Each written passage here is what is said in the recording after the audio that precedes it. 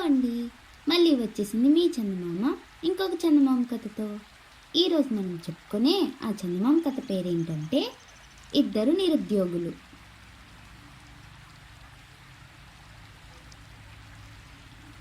బాగా వృద్ధుడైన తండ్రి రామదాస్ పోగానే పరశురాంకు బాధ్యత తెలిసి వచ్చింది. 25 వయసు వచ్చినా వాడింతవరకు ఎలాంటి పనిపాట్లు చూసుకోలేదు. పొద్దస్తమానం స్నేహితులతో కబుర్లు, జూదాలతో కాలం గడుపుతూ ఉండేవాడు. తల్లి లేనివాడని రామదాసు కొడుకుని ఏమీ అనేవాడు కాదు. ఇప్పుడు వాడికి చేసిన అప్పులు తీర్చవలసి రావడంతో ఉన్న ఒక్క పూరిల్లు అమ్మేశాడు. వాడి సంగతి బాగా ఎరిగిన వాళ్ళు కావడంతో గ్రామంలో ఎవ్వరూ వాడికి పనివ్వలేదు. తిరిగి తిరిగి బాగా విసిగిపోయిన పరశురాం మరెక్కడైనా బతుకు తెరువు చూసుకుందామని ఒకనాటి సాయంకాలం వేళ గ్రామం వదిలి బయలుదేరాడు. చీకటి పడే సమయానికి వాడొక దట్టమైన అడవిని చేరాడు.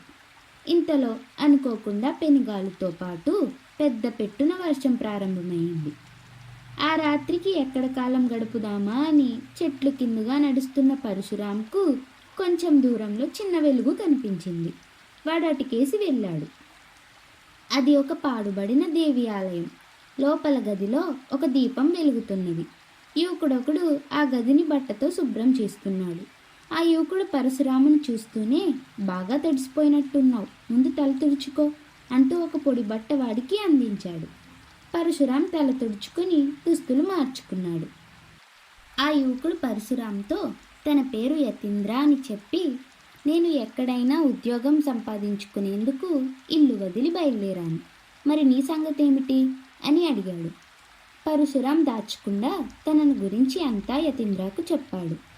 అంతా విన్న యతీంద్ర చిన్నగా నవ్వి, చూసావా, మనిద్దరం ఒకే పడవ ప్రయాణికులమన్నమాట అన్నాడు. తర్వాత అతను వెంట తెచ్చుకున్న రొట్టెల మూట విప్పాడు. ఇద్దరూ రొట్టెలు తిని ఆకలి తీర్చుకున్నారు.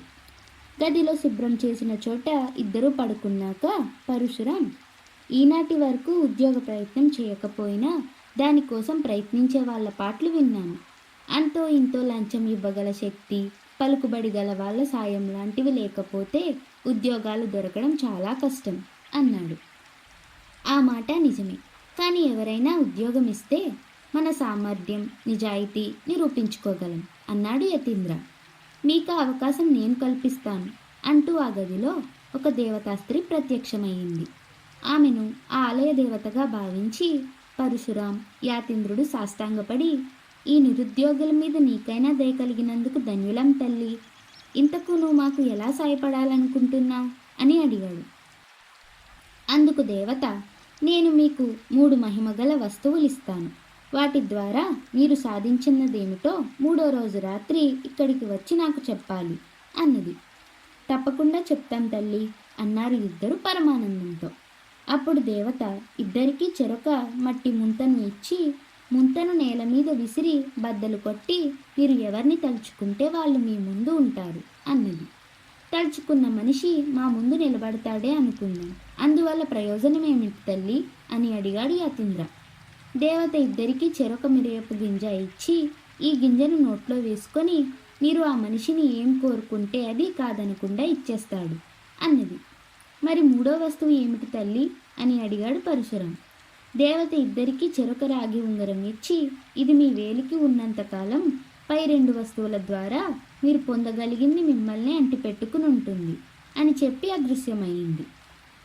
తెల్లవారొస్తుండగా వర్షం పూర్తిగా తగ్గిపోయింది. యతీంద్ర పరశురాంను, నేను తూర్పు దిక్కుగా వెళ్తున్నాను, నువ్వు నాతో వస్తావా అని అడిగాడు.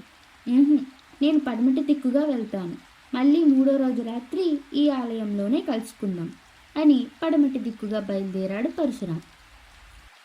వాడు ఆ రోజంతా నడిచి బాగా చీకటి పడ్డాక ఒక నగరం చేరాడు. దేవత ఇచ్చిన మహిమగల 3 వస్తువులు ఎలా ఉపయోగించుకోవాలో ముందే నిర్ణయించుకున్నందున పరశురాం ఒక పెద్ద మేడ ముందు నిలబడి మట్టి ముంతను బద్దలు కొట్టి ఆ ఇంటి పెద్ద తన ముందుకు రావాలని కోరుకున్నాడు. కొద్దిసేపట్లో ఒక నడి వయసు స్త్రీ తలుపులు తీసుకొని బయటకు వచ్చింది. ఆమె ఒంటి మీద విలువైన ఆభరణాలు చాలా ఉన్నవి. పరశురాం మిరియపు గింజ నోట్లో వేసుకొని, మీ దగ్గరున్న బంగారాన్ని మరో మాట మాట్లాడకుండా నాకు ఇచ్చేయండి అన్నాడు. ఆ స్త్రీ నిద్రమత్తులో ఉన్నదానిలా ఊగిపోతూ తల తిప్పి బంగారం బంగారం అంటూ పెద్ద కేక పెట్టింది. ఆ మరుక్షణం లోపల నుంచి బంగారం అన్న పేరు గల సింహం లాంటి కుక్క భీకరంగా మురుగుతూ వచ్చి పరశురాం కాలిపిక్క పట్టుకున్నది. పరశురాం హడలిపోయాడు. కాలు ఎంత విదిలించినా కుక్క తన పట్టు విడవలేదు. వాడి కాలు రక్తంతో తడిసిపోయింది. యజమానురాలు పిలిచినా కుక్క ఆమె దగ్గరికి పోలేదు.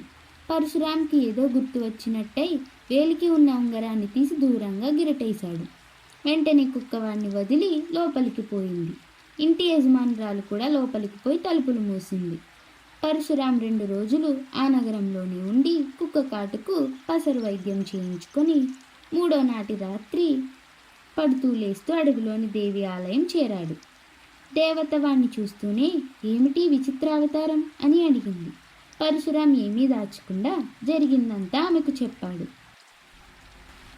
ఇంతలో విలువైన దుస్తులు ధరించి ఉత్సాహంగా యతీంద్ర అక్కడికి వచ్చాడు. దేవత అతడి అనుభవం చెప్పమంది. యతీంద్ర దేవత అనుగ్రహించిన అద్భుత వస్తువులను తానెలా ఉపయోగించుకున్నది చెప్పాడు. యతీంద్ర అంతకుముందే నిర్ణయించుకున్న విధంగా తిన్నగా రాజధాని నగరానికి వెళ్ళాడు. ఆ సాయంత్రం అతడు రాజుగారి ఉద్యానవనం బయట ముంతబద్దలు కొట్టి రాజుగారి రాకను కోరుకున్నాడు. కాసేపట్లోనే ఉద్యానవనంలోంచి రాజుగారు బయటకు వచ్చాడు.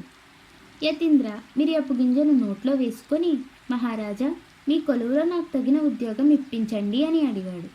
రాజు చిరునవ్వు నవ్వి మహారాజుగా చేరు అన్నాడు. ఆ విధంగా యతీంద్రకు ఉద్యోగం దొరికింది. కొలువులో కొంత డబ్బు ముందే తీసుకొని ఉండేందుకు ఇల్లు, మంచి దుస్తులు ఏర్పాటు చేసుకొని దేవి ఆలయానికి తిరిగి వచ్చాడు. అతడు రాగి ఉంగరాన్ని తిరిగి దేవతకు కృతజ్ఞతతో ఇచ్చేస్తూ, తల్లి, నా స్వశక్తి మీద నాకు నమ్మకం ఉంది. లోగడ ఉద్యోగం సంపాదించుకోవడం సాధ్యపడకపోయినా ఇప్పుడు సంపాదించుకున్న ఉద్యోగాన్ని నిలబెట్టుకోగలనన్న ఆత్మవిశ్వాసం కూడా నాకుంది అన్నాడు ఎంతో వినయంగా. ఇద్దరికీ ఒకే రకమైన వస్తువులు ఇచ్చినా దురాశ కారణంగా పరశురాం వాటి వల్ల ప్రయోజనం పొందలేకపోయాడు.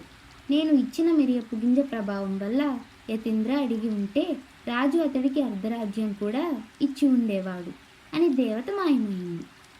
మర్నాడు తెల్లవారుతూనే నగరానికి బయలుదేరిన యతీంద్ర పరశురాంతో, నువ్వు నా వెంట వస్తావా? నీకేదైనా ఉద్యోగం దొరికేదాకా నా ఇంట్లోనే ఉండొచ్చు అన్నాడు. తప్పకుండా వస్తాను.